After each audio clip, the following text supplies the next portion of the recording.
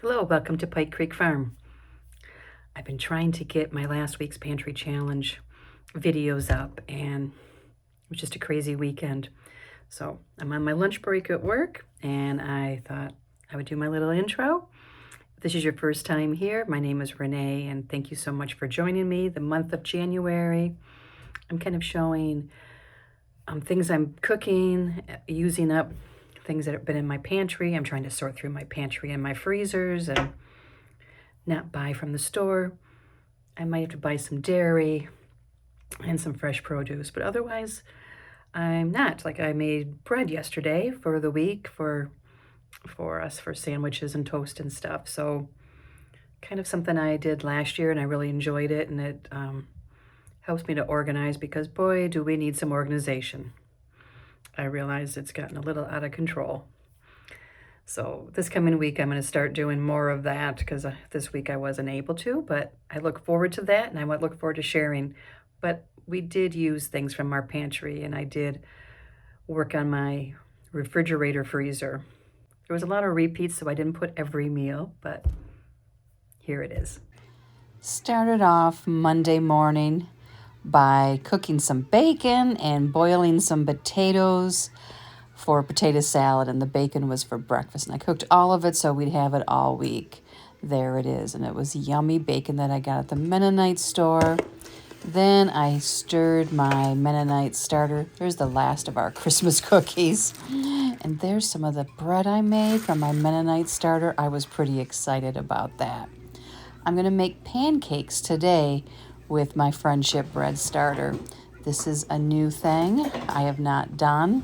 I've just started this friendship bread starter a couple weeks ago, so this is all new. And the pancakes were good. I will put the recipe down below. And it uses 1 cup of the starter. And then you did have to add baking powder and some other ingredients, including some vanilla and baking soda. And it included flour and the basic ingredients that you add for pancakes. And the starter adds a sweetness to it. I did find I had to watch as I was cooking. So here I am adding all the ingredients, and I am trying to find different ways to use this starter because I haven't really been giving it away or sharing it, so I'm trying to incorporate it into our items that I would, make instead of buying. And I just don't want to make just sweetbreads. We like sweetbreads, but I want to make more items than that. So here I am adding the flour, and I will go ahead and mix everything up. And it mixed up pretty easily. It didn't get too lumpy. At the same time, I started to hard boil some eggs for my potato salad. I like quite a few eggs in the potato salad, and then some for top, for decoration, and then usually a couple get eaten. Here I'm heating up the skillet for the pancakes. You got to multitask, it feels like, in the morning on a day off, and it was the holiday. And I'm making pretty good sized pancakes today. Some days I like to make what I call silver dollar pancakes, smaller ones. These were more like plate size ones, not huge ones. Jim talks about really huge pancakes he used to make. They do cook quickly on the outside, especially on a cast iron because of the sugar in them, but flipped them over and they became very fluffy and they were very tasty. So I just kept making more of them. And I figure any extras I could throw in the freezer so they could be heated up in the toaster or the microwave if there would be any extras. And there ended up not being too many extras, to be honest with you. To go with the potato salad on New Year's Day, I was making some ribs that were in the freezer, trying to clean out some of the meat that has been in there for a while. So I took out a rack of ribs to thaw. So now I am just seasoning them up with smoked paprika and garlic and salt and onion powder. And I have some different other seasonings that I use. One's a sumac seasoning that I get locally. And I am going to wrap them up and foil after I season both sides and cook them in the oven on a cookie sheet, low and slow. Let it cook all afternoon and then open them up and put some barbecue sauce on them and let that caramelize. And they ended up being so good and so tender and had a really good flavor. My son came over to get some potato salad and he took some of the ribs too.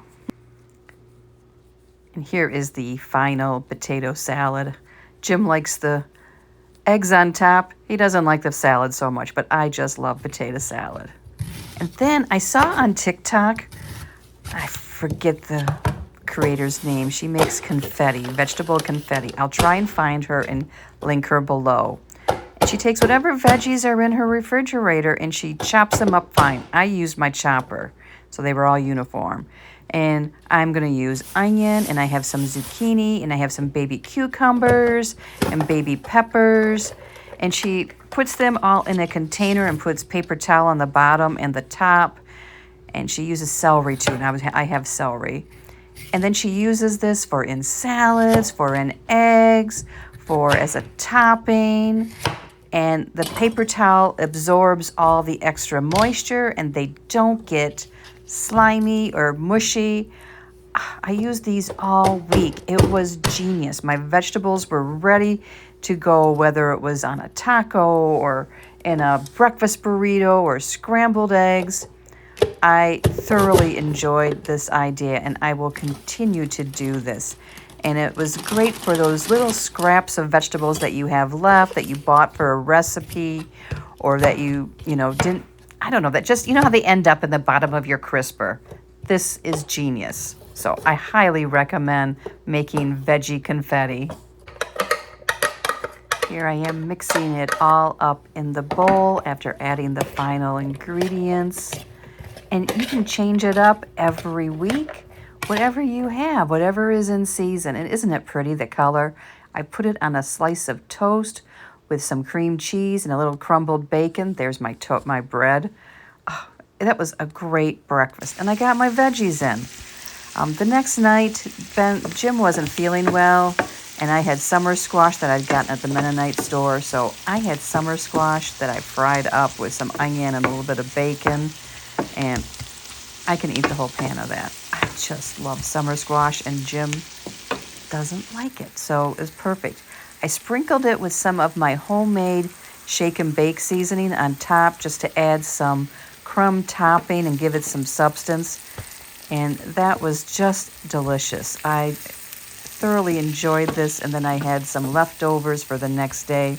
And that was my dinner. It was more than enough, and it was very satisfying, and it used up stuff that we had. And I did change our menu. I was going to do some frozen chicken breast, but a neighbor gave us some pheasant breast that he had hunted on New Year's Day. So when you get pheasant breast given to you, you definitely want to cook it up right away. So here I am. He had it vacuum sealed for us, which was so sweet of him.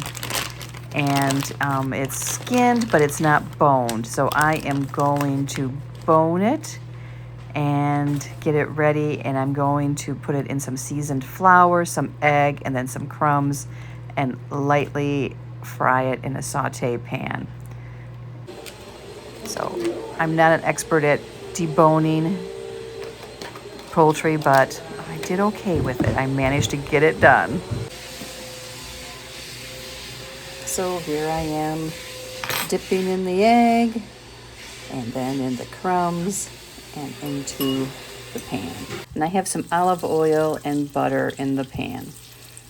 And I just want to cook it till it's done. I don't want to overcook this pheasant and dry it out. That's real important. But I do want it cooked. I don't want it raw. So I'm just finishing it up, and these pieces will be really good. And it's more than what we will eat in one night. You can see Missy in the background there. I have the gate up to keep her away, and Ellie is next to her. They love watching me cook. And here is the last of it. And it turned out really good. And I did some frozen green beans that were in the freezer that I'm trying to clean out. And they were okay. I don't know. I really prefer my home canned. So I doctored these up with some soy sauce. And I added some other seasonings. I added some garlic powder and some onion powder and some pepper. And then I had in the pantry to use up some teriyaki noodles. And that was dinner for the night. The next morning, I made a breakfast burrito using my veggie confetti and some of our eggs and pepper jack cheese. And that was good. And I came home from work on Friday, took out some frozen tomatoes from that freezer in the house, and I was going to make some tomato juice from those. And if I was busy doing that, I opened up a can of pork and added some barbecue sauce and opened up a jar of pickles. Well, it was in the fridge already. Need to use it up. And we just had pulled pork sandwiches. I had 4 buns left to use up, so that was easy peasy while I was processing the tomatoes. And there's the freezer I'm trying to sort through and clean. See, it's a disaster. I am sharing my disaster with you, and I need to sort through it and get it organized. And for Saturday night dinner, I'm trying to, for the first time, make pizza dough using the friendship starter. So it was real bubbly, so I thought I would take some, and here it is. I'm going to let it rest for about 8 hours, let it rest all day. I put it in the oven with the light on and a damp towel over it. For breakfast, I made some venison sausage and some of our eggs.